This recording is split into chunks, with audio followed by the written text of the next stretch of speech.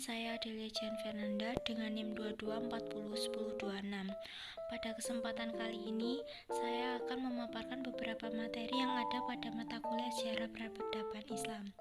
Materi yang pertama yaitu peradaban Islam masa dinasti Aghlabiyah, Fatimiyah, dan Ayyubiyah. Yang kedua ada sejarah perang salib dan sejarah invasi Mongol di dunia Islam.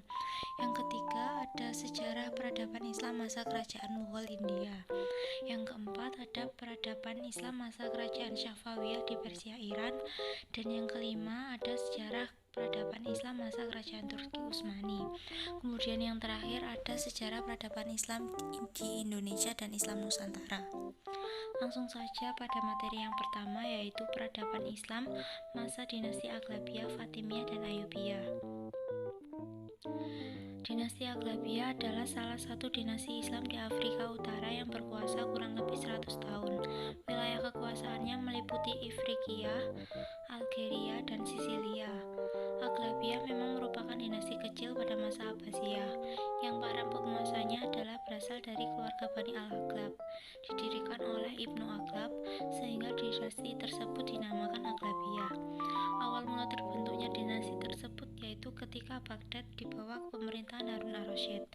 Di bagian barat Afrika Utara terdapat dua bahaya besar yang mengancam kewibawaannya. Pertama dari dinasti Idris yang beraliran Syiah, dan yang kedua dari golongan Khawarij. Sumbangan dinasti Fatimiyah terhadap peradaban Islam sangat besar, baik dalam sistem pemerintahan maupun dalam bidang keilmuan. Masa keemasan dinasti Fatimiyah dimulai pada periode Al-Muiz dan memuncak pada masa Al-Aziz. Kemudian Ayyubiyah dinisbatkan kepada Najmuddin Ayyub bin Syadid dari suku Rawadiyah yang beretnis Kurdi. Meskipun adalah saudara Asasuddin Sirkuh, dinasti Ayyubiyah didirikan oleh Salahuddin Al-Ayyubi pada tahun 1171 Masehi setelah menaklukkan Al-Adid pada tahun Khalifah terakhir Bani Fatimiyah. Kemudian, materi yang kedua adalah sejarah perang salib dan sejarah invasi Mongol ke dunia Islam. Perang salib adalah perang agama yang terjadi selama hampir 3 abad. Perang ini terjadi sejak tahun 632 sampai meletusnya perang salib ke beberapa kota penting. Setelah Paus Urbanus II ingin merebut kembali kota suci itu, antusias dan semangat umat Kristiani menjadi membara untuk merebutnya kembali dan terjadilah perang salib 3 periode. Penyebab terjadinya perang salib salah satunya adalah ketika umat Kristiani berziarah ke Yerusalem. Namun setelah kota tersebut diduduki oleh orang-orang Islam, mereka menganggap sebagai bentuk penghinaan terhadap kota suci mereka. Periode pertama atau periode penaklukan terjadi pada 1096 sampai dengan 1144. Pada periode kedua atau periode reaksi umat Islam terjadi pada 1144 sampai dengan 1192. Dan yang terakhir periode ketiga yaitu periode kehancuran pasukan salib terjadi pada 1193 sampai dengan 1291. Kemudian materi yang ketiga yaitu sejarah peradaban Islam masa kerajaan Mughal India. Dinasti Mughal adalah dinasti yang didirikan oleh seorang keturunan Mongol yang bernama Zahiruddin Muhammad Babur. Ia mulai memimpin pertama kali pada usia 11 tahun dan berakhir pada usia 48 tahun. Kemudian digantikan oleh Sultan Humayun. Setelah Sultan Humayun wafat, kemudian digantikan lagi oleh Sultan Akbar I. Setelah Sultan Akbar I berkuasa, maka muncullah pengganti lainnya yang bernama Sultan Jahangir Shah Jahan dan Aurangzeb.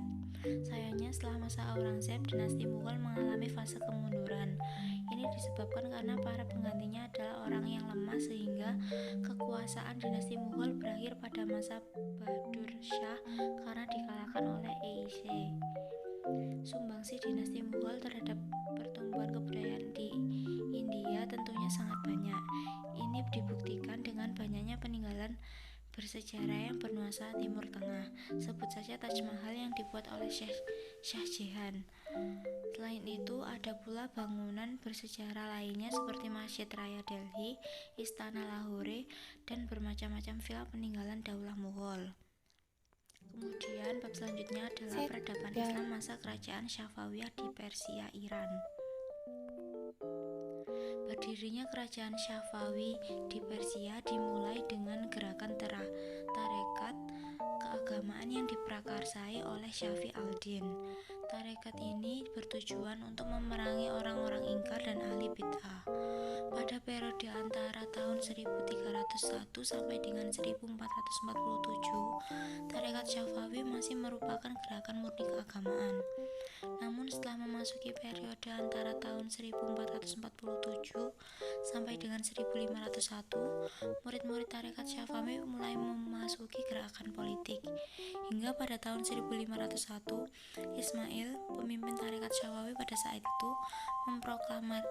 memproklamirkan berdirinya kerajaan Syafawi serta menetapkan Syiah 12 sebagai agama negara. Sebagai raja pertama, ia berhasil memperluas kerajaan Syafawi menyangkut seluruh daerah Persia hingga sebelah timur Fertile Crescent. Puncak kejayaan dari kerajaan Syafawi sangat terasa pada masa pemerintahan Shah Abbas I. Kondisi politik, ekonomi, sosial maupun keagamaan mengalami kemajuan pada saat itu. Selanjutnya adalah materi tentang sejarah peradaban Islam masa kerajaan Turki Utsmani. Berdirinya Daulah Utsmani merupakan kelanjutan dari Daulah Abbasiyah. Daulah Utsmani mampu melanjutkan estafet kepemimpinan berikutnya sebagai daulah yang berjaya di Asia dan Eropa. Pada masa itu, puncak kejayaan Islam berhasil mencapai puncak tertinggi dengan menggabungkan kekuasaan tiga benua, yaitu benua Asia, Afrika, dan Eropa.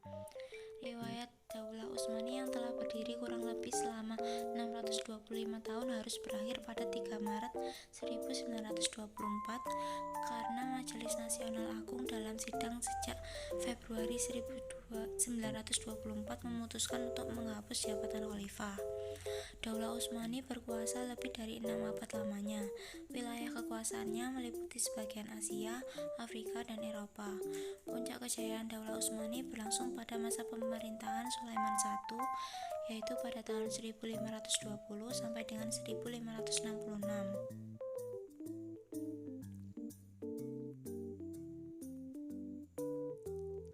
Selanjutnya dalam materi yang terakhir yaitu sejarah peradaban Islam di Indonesia dan Islam Nusantara. Budaya Islam masuk ke Indonesia dengan jalan damai, sehingga seni Islam harus menyesuaikan diri dengan kebudayaan lama dan Nusantara adalah negeri yang merupakan jalur perdagangan internasional, sehingga penduduknya lebih mementingkan perdagangan daripada kesenian. Walaupun demikian, masuknya Islam ke Indonesia membawa kemajuan dan kecerdasan bagi Indonesia.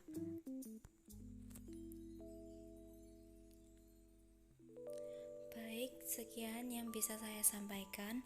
Mohon maaf bila ada kekurangan, karena yang berlebihan itu perasaan saya ke dia. Wassalamualaikum warahmatullahi wabarakatuh.